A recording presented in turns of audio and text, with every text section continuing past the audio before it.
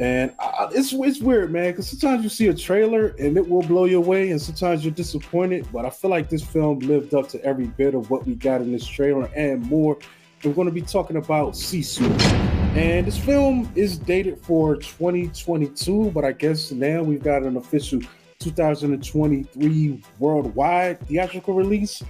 And this film is set during the last days of World War II. A solitary prospector crosses paths with Nazis on a scorched-earth retreat in northern Finland. When the soldiers decide to steal his gold, they quickly discover they just tangled with no ordinary miner. This is directed by Jalmari Helander, and pretty much everyone in this film I've never seen before. But our main cast is going to be Jorma Tomilia. He plays our prospector. Tommy Corpy. We also get Mimosa Wiyamo. That's a wild name. She plays Aino.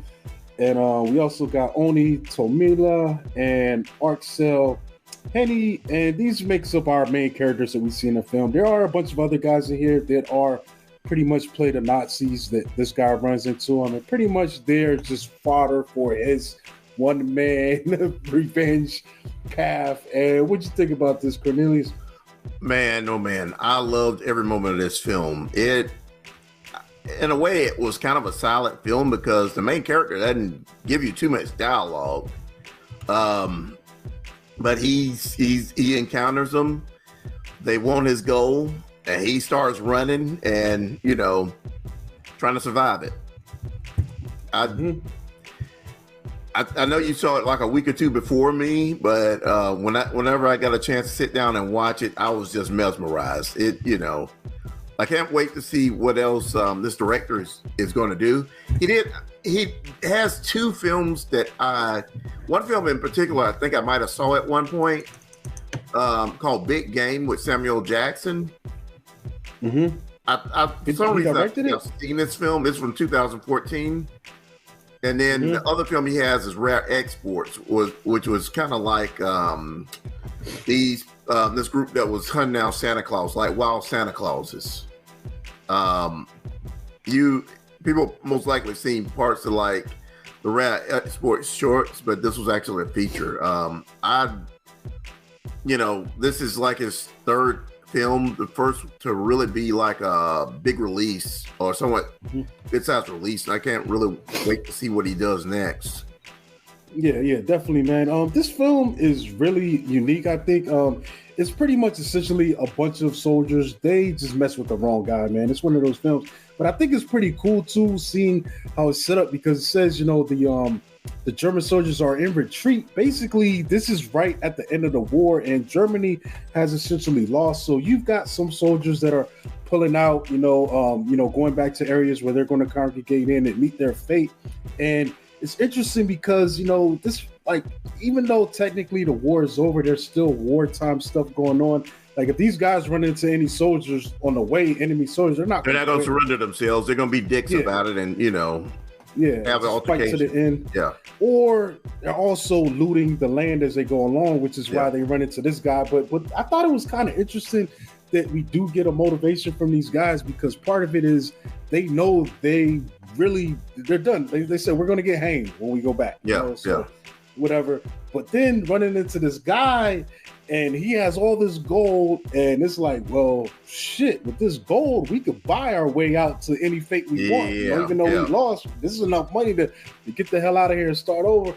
But it's the wrong guy, man. And I like the way it's played out. Like, it is a gritty, serious film at times, but the story itself, I mean, the things that are being done are serious, but it's told with a bit of glee and fun to it. Like they know the kind of atmosphere they wanted to create with this film, and it is fun, man. There's a lot of slapsticky kind of action, even though it is gory, but it's more cartoonish.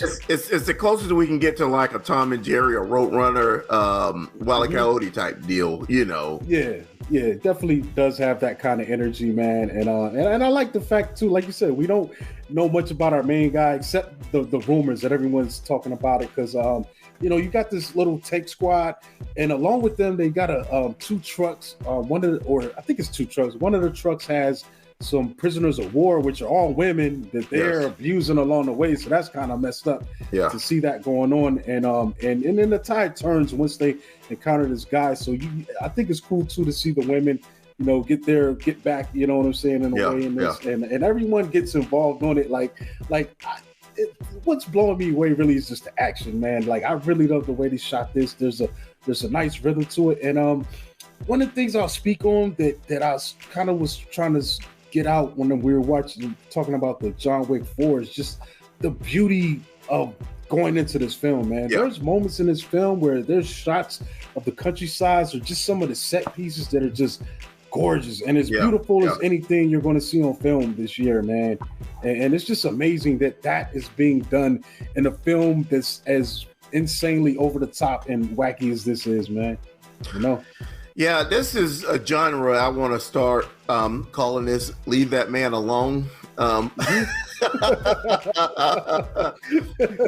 put films like this, like the 4 John Wick films, and then the movie Payback, and now Sisu, you know, are all in that genre where you should have just left that man alone, you know, let him be about his business, and you'll still probably be alive.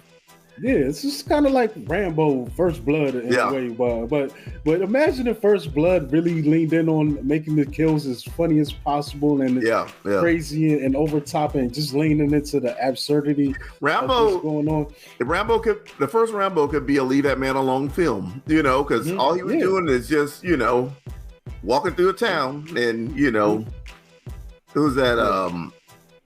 I can't think of the main guy now. Yeah, it's exactly what it is, though. Yeah, the sheriff. Oh, the sheriff. Yeah. I can't think of the actor who the sheriff is, but I forgot he was good though as that sheriff. That might be the best role he's ever done. Yeah. He was good, but there, it works, man, and it's fun, man. It just gets straight to the point. And it's a blast, man, because I think what I like to is at a certain point, bad guys realize who they're dealing with, or you know, some of them believe the legend, and some of them are just like, man, whatever, he's just a man. Yeah. It's just fun to see how it goes down, and there are some creative action sequences, man. It's like, dude, land, sea, and air, bro. That's what I'm gonna say. Land, sea, and air. Yeah, this was a blast. It's an hour and 30 minutes, but it feels like a half hour just goes by because it's so much stuff that happens in this film, but at the same time, it's paced real well. So it doesn't seem like you have any dead time at all during this whole film. Yeah, there's not much dead time, but there are quiet moments, which is so strange, yo. They find the perfect time to actually slow down and just. And like the scene when he got to that, it looked like an old outpost or old country store, and they lingered there for a little bit. Yeah. And it's just like cool, man. Just seeing what happens, man. This is a good film, man. Definitely would encourage you. I don't know if it's still playing in theaters. It might still be. So if you can, man, go and see that immediately because this might be the last week. I got a feeling they'll probably put this on digital real soon just to capitalize on a buzz. I could actually see one of these major streamers picking this up, man. I think it would be a good get for anybody because